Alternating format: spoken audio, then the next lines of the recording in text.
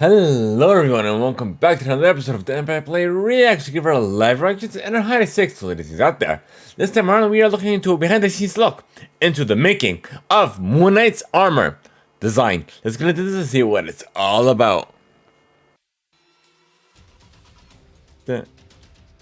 Marvel Studios' Moon Knight introduced not only Moon Knight, but also Mr. Knight into the MCU.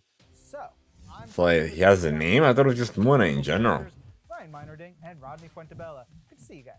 Alright, let's get into it. Moon Knight and Mr. Knight are two dynamic characters who of course share a common bond, and so I gotta ask the two of you, how did you approach creating these characters in tandem? Since we were going to have Moon Knight and Mr. Knight, we were trying to figure out what would be the best contrast to have between them if they both share that sort of crisp white look to them. Both Moon Knight and Mr. Knight have this sense of history that they're encompassing the powers of Khonshu, who's been around for centuries, and taking that in. To look at those two costumes together and compare and contrast them, each of the personalities is coming out in its own distinct way, was really the fun of this project. That duality of those personalities is one of the coolest parts about the project. So where did you first start to find inspiration for these looks? We really always start with the comics, right? We go back and Yeah, look for at sure. different runs of the comics, different artists that have executed brilliant designs and brilliant illustrations. For me, I always loved Stephen Platt's Moon Knight, and I loved Bill Sienkiewicz's Moon Knight. It becomes such a fun part of the process to look at what all these amazing artists have put together that we can use as reference to try and execute what the filmmakers are trying to do. We wanted to make sure that there is a sense of what we are doing in the show is something that is also seen, and you could say like, oh, this is a great interpretation of what has been seen in the comics. It looks amazing. Ryan, what was the design process like for Moon Knight? The characteristics we were most specifically trying to highlight in the Moon Knight suit were trying to get something that feels like he's a warrior or tactical, or mixing those two things together. Something that feels Egyptian and something that feels ancient. The mixes that were coming out ended up feeling maybe a little bit too much like other heroes because of the tactical. So we ended up trying to find what was a replacement for the tactical that would allow us to get some. So that's okay, I gotcha. In the last few iterations we were doing, the idea came up to make him sort of a linen-wrapped armor, essentially a set of armor that would have been meant to be preserved in an ancient tomb. That idea was born out of essentially Khonshu having a ceremonial set of armor that somehow existed, and Mark could conjure it when he needed to become Moon Knight. Something that feels inherently Egyptian mixed with something that also feels really like a warrior set of armor. All of that came together into that Mark Spector look. Because we so much think of Moon Knight as being the crescent moon, I also like the idea that other phases of the moon were important too. So that crescent moon is sitting on top of like a stone piece that's actually textured like a full moon as well. Oh, I never noticed that. Inherently noticeable, you have to sort of be looking for it, but they Okay, that's why. That makes sense. Yeah, also pretty cool, Mr. Knight.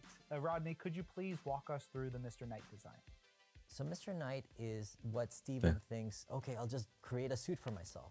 And he creates a suit that is an amalgamation of what he thinks a suit is and the powers that he's being bestowed by Khonshu.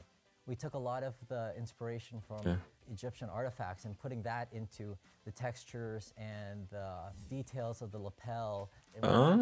Really? Like he felt of something that's not just a person in a suit, but something that felt like a superhero as well. The director Mohammed, he wanted to really make sure that the look of Mr. Knight had the sense of duality. So we played with a lot of different concepts of what that could be and incarnations of what his mask could be in the sense of that split. And whether it's different textures that we were playing around with, we ended up with that seam that goes down the middle of his face. I love details like that. And these characters are amazing. What's it like for the two of you to see them now out in the world? The dual component of his personality that each one of those visuals plays off each other is such an interesting setup and payoff in the series. And it's a real honor to have worked on it, and it's super fun to think that people are going to have a whole new hero to enjoy and hopefully explore and love as much as we all do here. Oh, it's amazing. It's one of those things where I have to pinch myself. We spend countless hours working on these projects, and seeing fans out there enthralled by what we do as well, it just makes me feel like, oh, it was worth it. Totally all worth it. Ryan, Rodney, thanks so much for spending time and talking with us. Everybody out there, go watch Marvel Studios' Moon Knight. Yep, I've already watched it. Now streaming exclusively on Disney+.